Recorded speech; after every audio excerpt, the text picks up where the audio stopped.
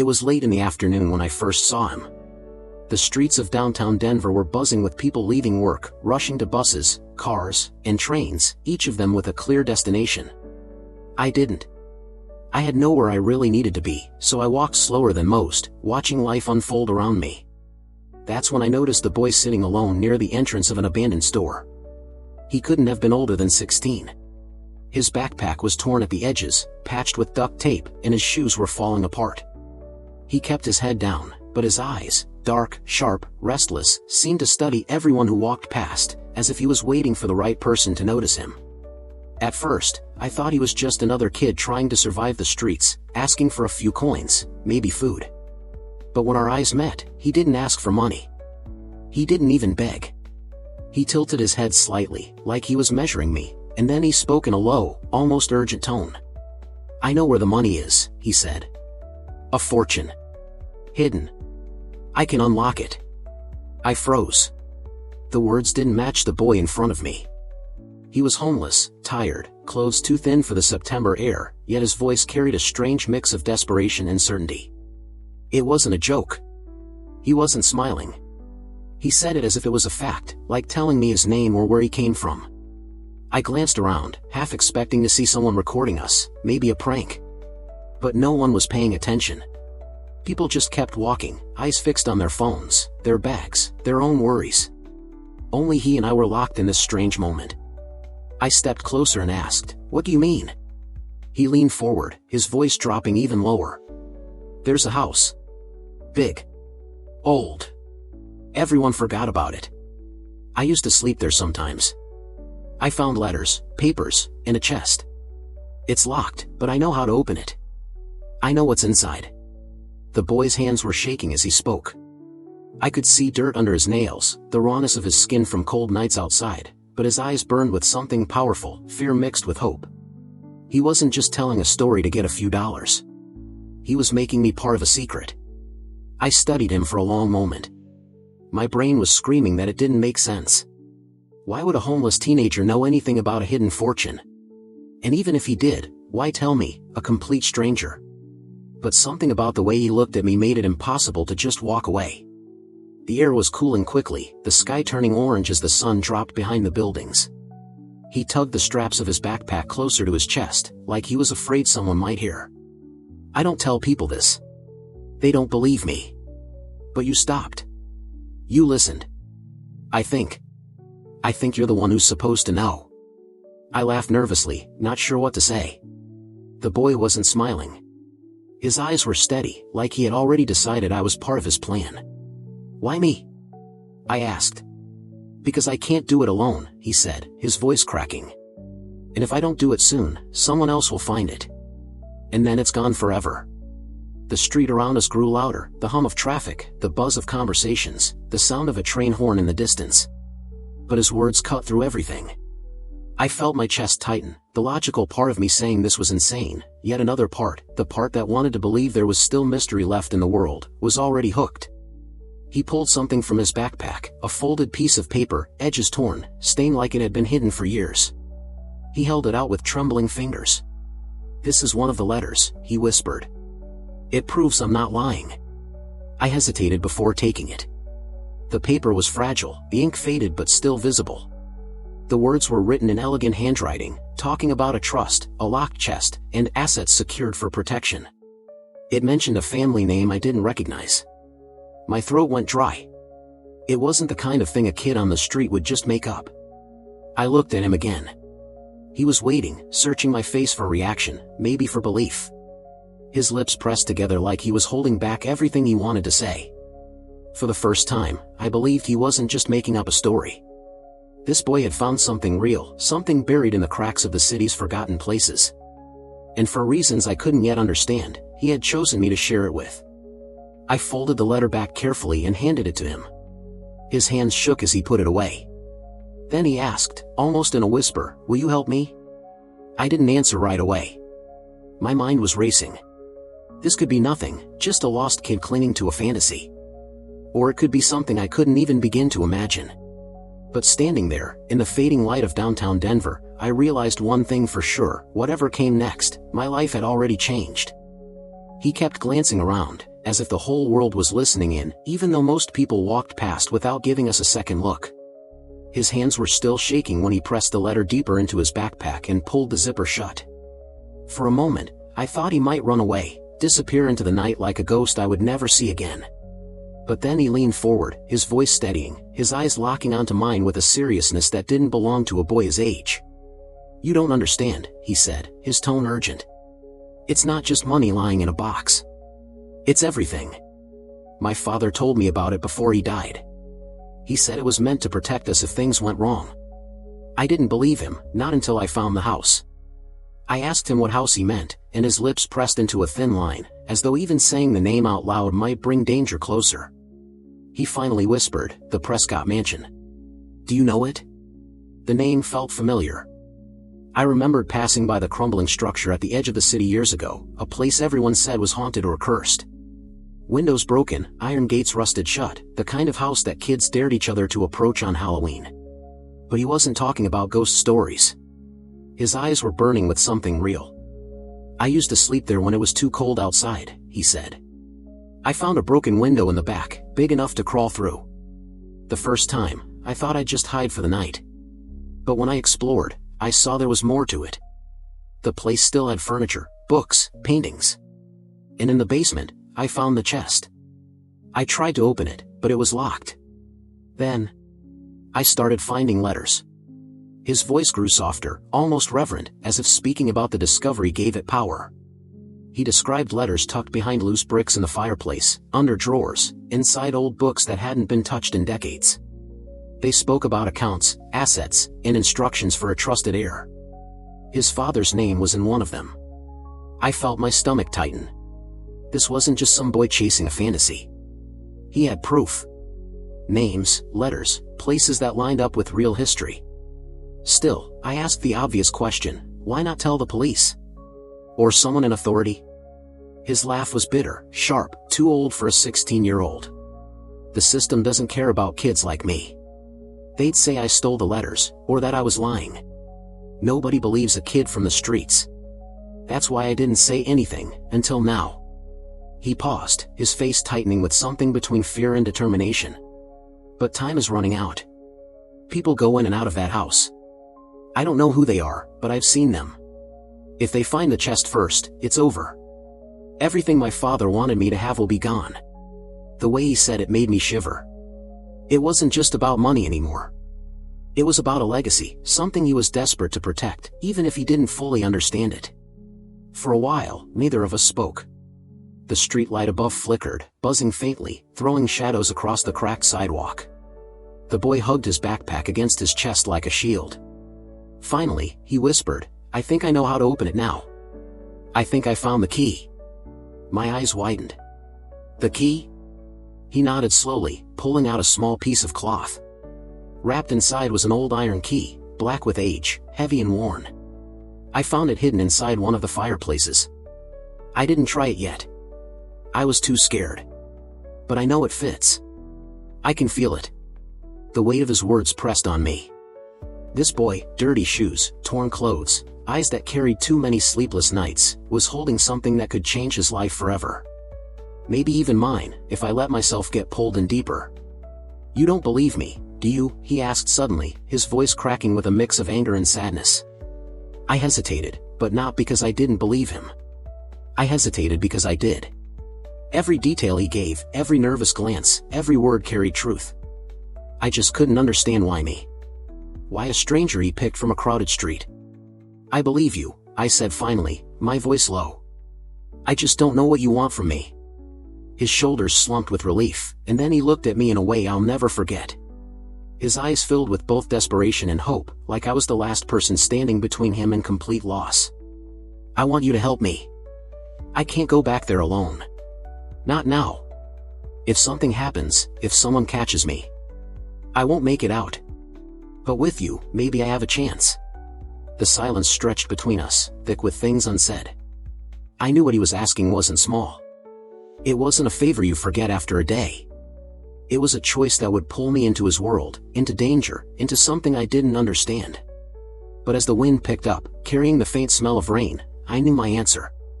And before I tell you what happened next, let me just say, if you're new here, make sure to subscribe. You don't want to miss where this story is going.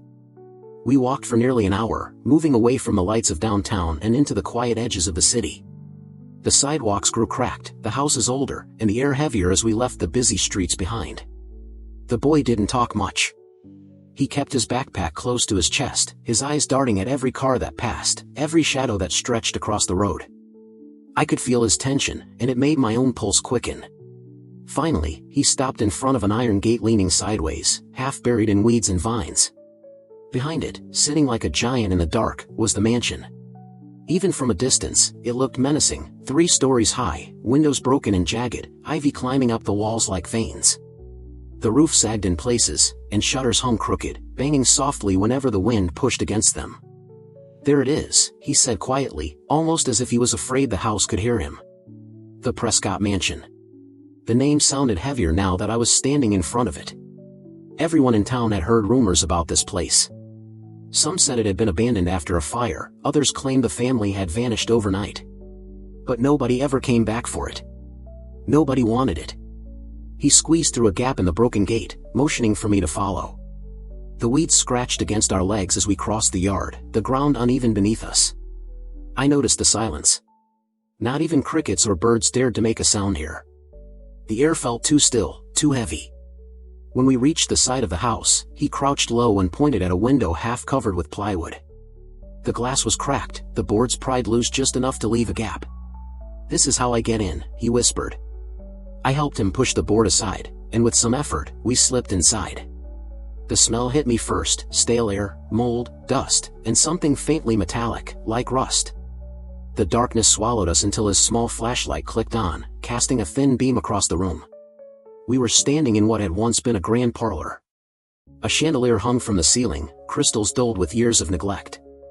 The wallpaper peeled in long strips, exposing gray plaster underneath. A piano stood in the corner, keys yellowed and cracked, its lid half open as if waiting for music that would never come. "This place," I whispered, more to myself than to him. He nodded. "It used to be beautiful. I can tell. Even with everything broken." He moved quickly, like he knew every corner. We passed through long hallways lined with portraits. Faces of men and women stared down at us, their eyes following as we walked by. Dust coated the frames, but I could still see their expressions, stern, proud, watchful. The boy avoided looking at them, keeping his flashlight low. Every step echoed across the empty rooms. The floors creaked, and in some places, the wood felt soft, threatening to give way beneath our weight. The walls carried marks, scratches, stains, and in one hallway, black scorch marks stretching up to the ceiling.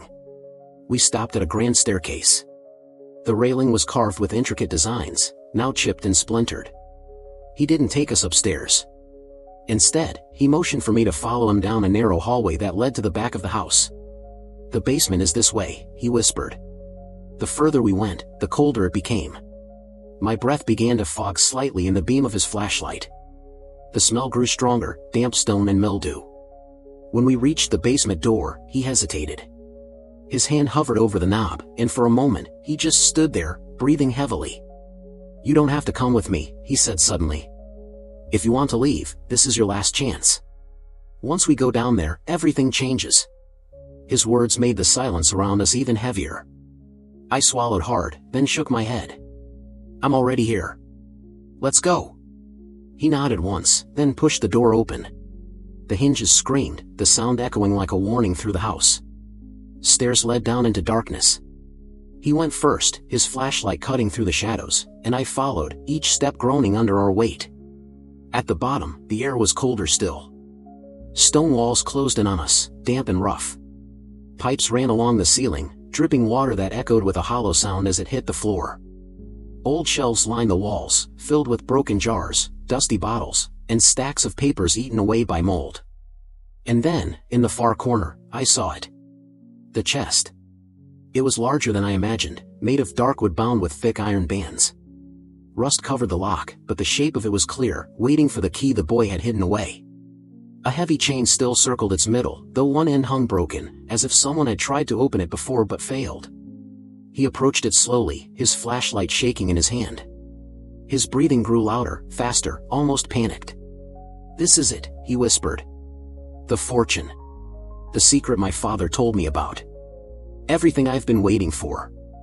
For a moment, neither of us moved. The chest seemed alive, as if it carried the weight of every secret the mansion had ever swallowed.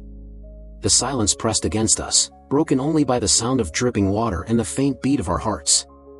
I looked at the boy, this homeless teenager who had dragged me from the busy streets into a forgotten world, and realized that whatever was inside that chest wasn't just going to change his life.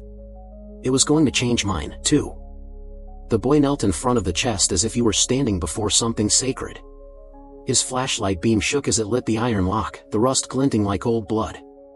I could hear the faint drip of water echoing from the pipes above, but down there in the basement, it felt like the world had gone silent. Just the two of us in that chest. He reached into his backpack and carefully unwrapped the cloth that held the key. The metal looked ancient, blackened by time, but solid. I could tell it had been crafted for something important, something meant to stay locked until the right person came along. His breathing was shallow as he held it in his palm, staring at it like it was both a gift and a curse. "I've carried this for months," he whispered. "Every night, I thought about trying it. But I couldn't. I was too scared of what I might find. Or who might be waiting if I was right." I crouched beside him, close enough to feel the nervous energy coming off him in waves. "You don't have to do this alone," I said. My voice felt strange in that damp silence, like it didn't belong. He nodded, his jaw tight. "I know.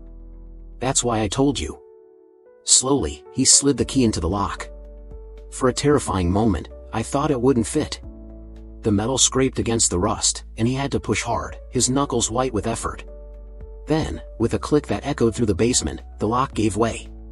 The sound made my stomach twist. It was too loud, too final, like something ancient had just awakened.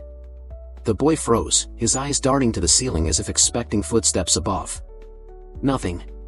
Just silence. He pulled the lock free, letting it drop heavily onto the ground, and unwrapped the chain from the chest. The iron links rattled, the sound bouncing off the stone walls. With trembling hands, he placed his fingers on the lid. "Are you ready?" he asked, his voice barely more than a breath. I wanted to say no.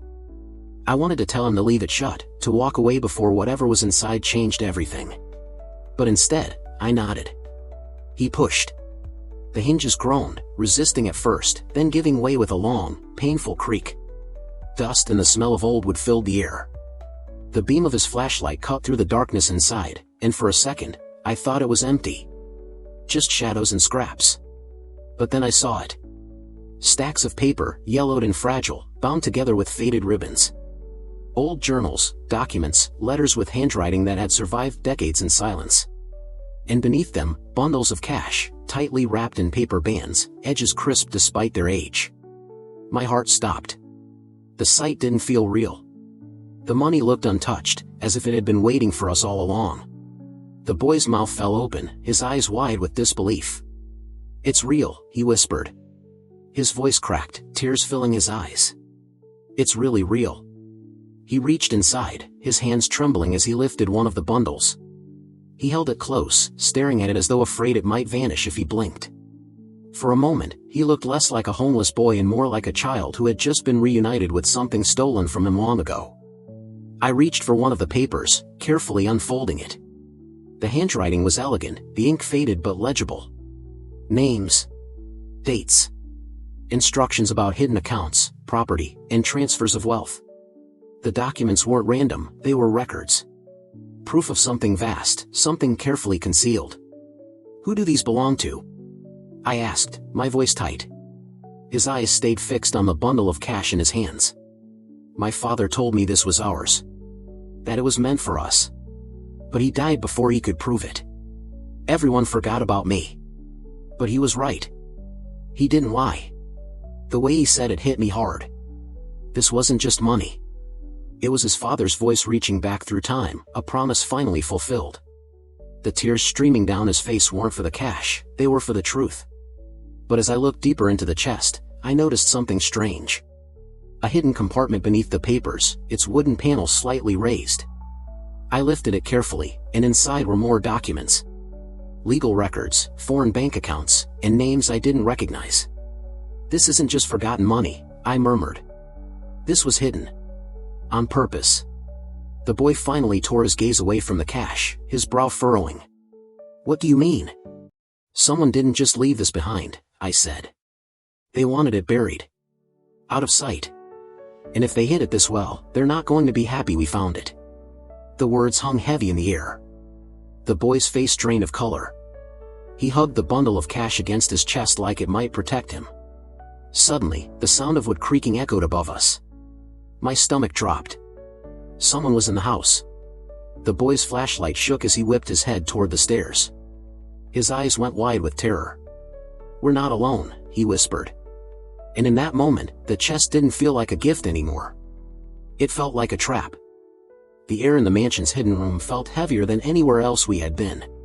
Dust floated in the beam of my flashlight, catching on the carved wooden details that covered the walls. The chest we had discovered earlier still sat in the center, its surface scratched and marked with symbols I didn't understand. My heart pounded against my ribs, not just because of what we might find inside, but because I knew this was the moment where everything could change. Ethan, the boy who had been living on the streets, stood in front of the chest. His thin hands hovered above the strange carvings, tracing them as if he had done it before. His face was serious, his eyes locked onto something invisible. It's not just money, he whispered, almost as if he was afraid to say it out loud. I frowned. What do you mean? This is supposed to be a fortune, right? Gold? Jewels? He shook his head slowly. It's bigger than that. I've seen this before, in my dreams.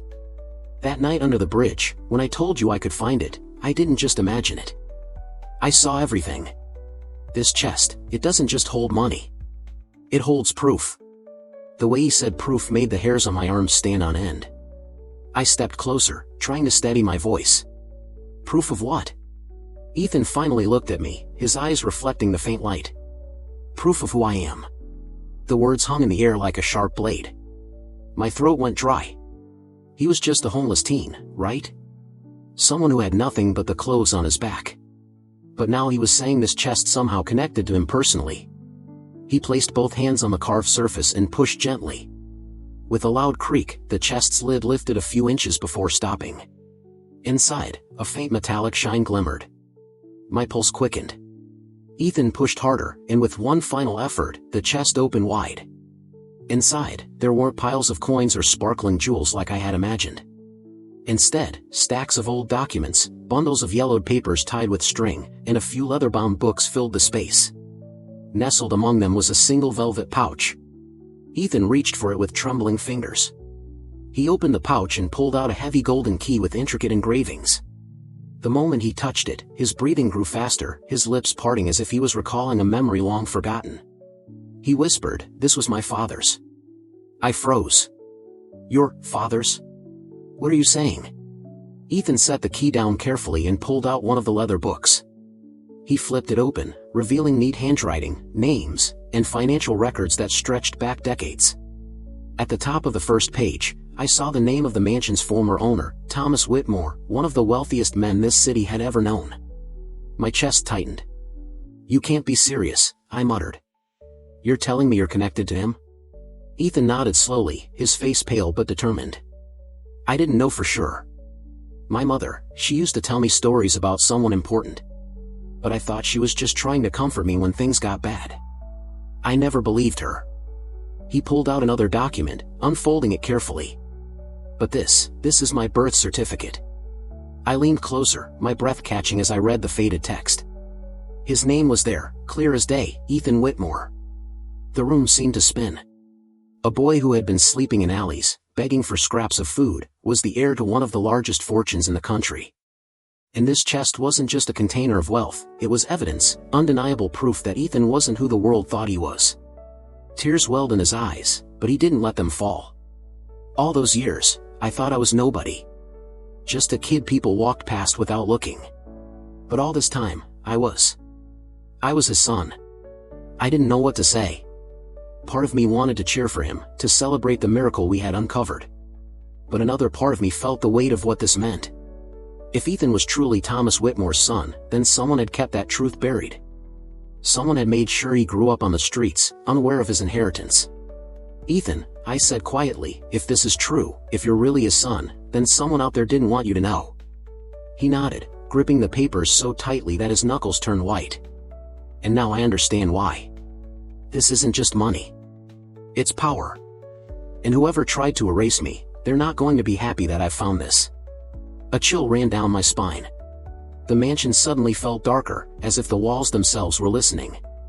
We had opened a chest, yes, but in doing so, we had also opened a door to secrets that had been hidden for years. Secrets that could either save Ethan's life, or destroy it. The truth was no longer just about treasure. It was about identity, legacy, and danger. And as Ethan stared at the documents in his hands, I realized one thing: nothing would ever be the same again. The moment Ethan held those papers against his chest, I knew we weren't safe anymore. It wasn't just about what was inside the chest, it was about what it represented. Proof of his bloodline, a fortune tied to his name, and the kind of power people would kill to keep hidden. The silence in that dusty room felt too heavy, too unnatural, like the house itself was waiting for something to happen. We left the secret chamber with the documents carefully wrapped in my backpack. Ethan carried the golden key in his pocket, his hand never letting go of it. As we stepped back into the wide halls of the mansion, I noticed the creaks under our feet weren't the same ones we had heard before. These were heavier, sharper, like someone else was moving around upstairs. "Did you hear that?" I whispered. Ethan froze, his eyes darting toward the staircase that spiraled up into darkness. A faint thud echoed from above, followed by the sound of wood shifting. It wasn't the house settling. Someone was here. My stomach dropped. We're not alone. We hurried toward the front door, but before we could reach it, a shadow appeared at the top of the stairs. The beam of a flashlight cut through the dim hallway, sweeping across the floor until it stopped right on us. A man's voice followed, deep and firm. "You shouldn't be here." Ethan's hand gripped my arm so tightly I could feel his fingers shaking. The figure started descending, each step deliberate. As he came into the light, I saw his sharp suit, his polished shoes, and the way his expression held no surprise at finding us there. It was like he had been waiting. "Who are you?" I demanded, though my voice cracked more than I wanted. The man didn't answer right away. Instead, he adjusted the cuff of his sleeve and looked at Ethan. "You look just like him." I knew this day might come. Ethan's voice trembled. "Like who?" The man's lips curved into something between a smirk and a threat. "Your father. Thomas Whitmore." My chest tightened. Whoever this man was, he knew exactly who Ethan was. That meant he knew the secret we had just uncovered, and he wasn't happy about it. "You've made a mistake coming here," the man continued. "That chest was sealed away for a reason. People far above your reach decided it was best that certain truths never came to light." He stepped closer, and I instinctively moved in front of Ethan, though I knew I couldn't do much against someone like him. His presence screamed authority, power, and danger. Ethan's voice grew stronger, though his hands still shook. "You tried to erase me. You knew I was his son, and you left me on the streets. Why? Why would you do that?" The man's expression darkened. "Because the fortune isn't meant for you. You were never supposed to exist. And now that you've seen the documents, you've put yourself in danger you can't imagine." Ethan's eyes burned with anger, and for the first time, I saw fire in him that went beyond survival. He stepped forward. "I'm not hiding anymore. This is my name. My blood. You can't take that away from me." The man's jaw tightened. For a moment, I thought he might lunge at us right there. But instead, he leaned closer, lowering his voice to a chilling whisper. "You don't understand the kind of people you're dealing with. They won't stop at threats. They'll come for you. And when they do, not even this house will protect you." The sound of footsteps echoed outside, faint but unmistakable, several of them, moving quickly across the gravel driveway. My heart raced. Whoever this man was, he wasn't alone. I grabbed Ethan's shoulder. "We need to go. Now." We sprinted down the hallway, the echoes of our footsteps mixing with the pounding of my heart. Behind us, I could hear the man's calm, steady stride, not rushing, just following, like a predator certain his prey couldn't escape. We pushed through a side door and stumbled into the cold night air. The mansion loomed behind us, its tall windows glowing faintly from the light inside. In the distance, I saw two more figures stepping out of a black car parked near the gates, their silhouettes sharp under the moonlight. Ethan clutched the key in his hand, his voice low and urgent. "They know. They've known all along.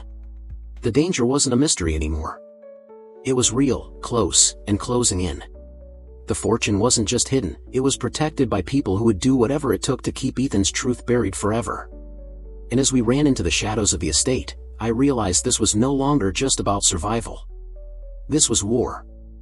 The night swallowed us whole as Ethan and I ran through the trees that bordered the Whitmore estate. Branches clawed at our arms, and the cold air burned our lungs, but we didn't stop. Behind us, faint shouts and the crunch of footsteps told us the men were following. Every sound carried weight, snapping twigs, distant car doors slamming, the low hum of engines. They weren't letting us go without a fight. We pushed deeper into the woods, guided only by the dim glow of the moon. Ethan clutched the golden key in one hand, the documents pressed tightly against his chest. His determination kept him moving, even though exhaustion lined every step. Finally, we broke through the trees and stumbled into an open clearing where an old stone well stood. It looked abandoned, covered in moss, but Ethan froze in front of it, staring as though he'd seen it before. "This is it," he whispered, his voice hoarse. I frowned, trying to catch my breath. "What do you mean, this is it? We need to keep moving. They're still behind us." But Ethan shook his head, his eyes fixed on the well. "No, this is where the dreams always ended. Every time, I saw the chest, the key, and this well. There's something here." I wanted to argue, to drag him away, but the way he spoke, the certainty in his voice, made me hesitate. He knelt beside the stone rim and pressed the key against a faint, rusted lock built into the side. I hadn't even noticed it before. With a slow, metallic scrape, the lock clicked open. The stone cover shifted slightly, revealing a narrow opening. Together, we pushed it aside, and the smell of damp earth rushed out.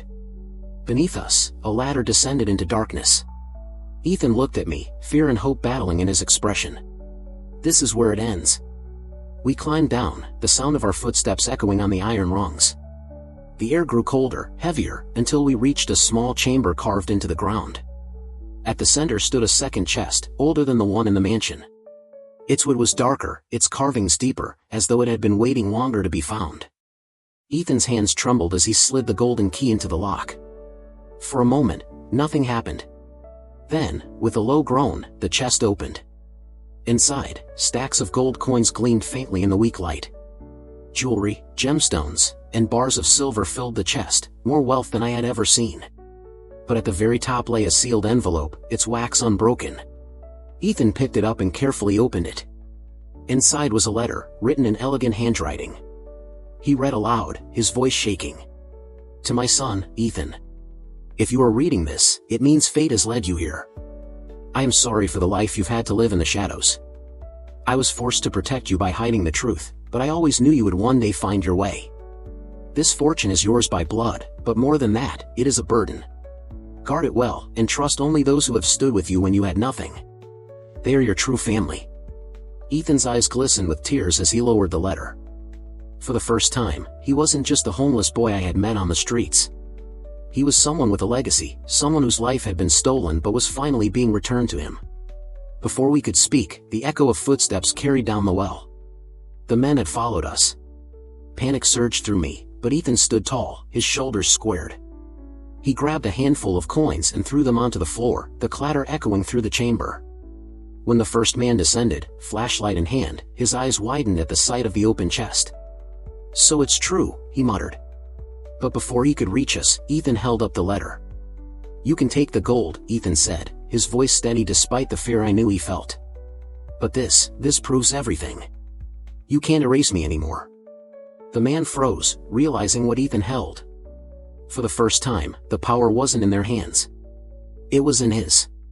The proof of his bloodline, written in his father's words, couldn't be destroyed. The men exchanged glances, their confidence cracking. They hadn't expected him to fight, to stand his ground.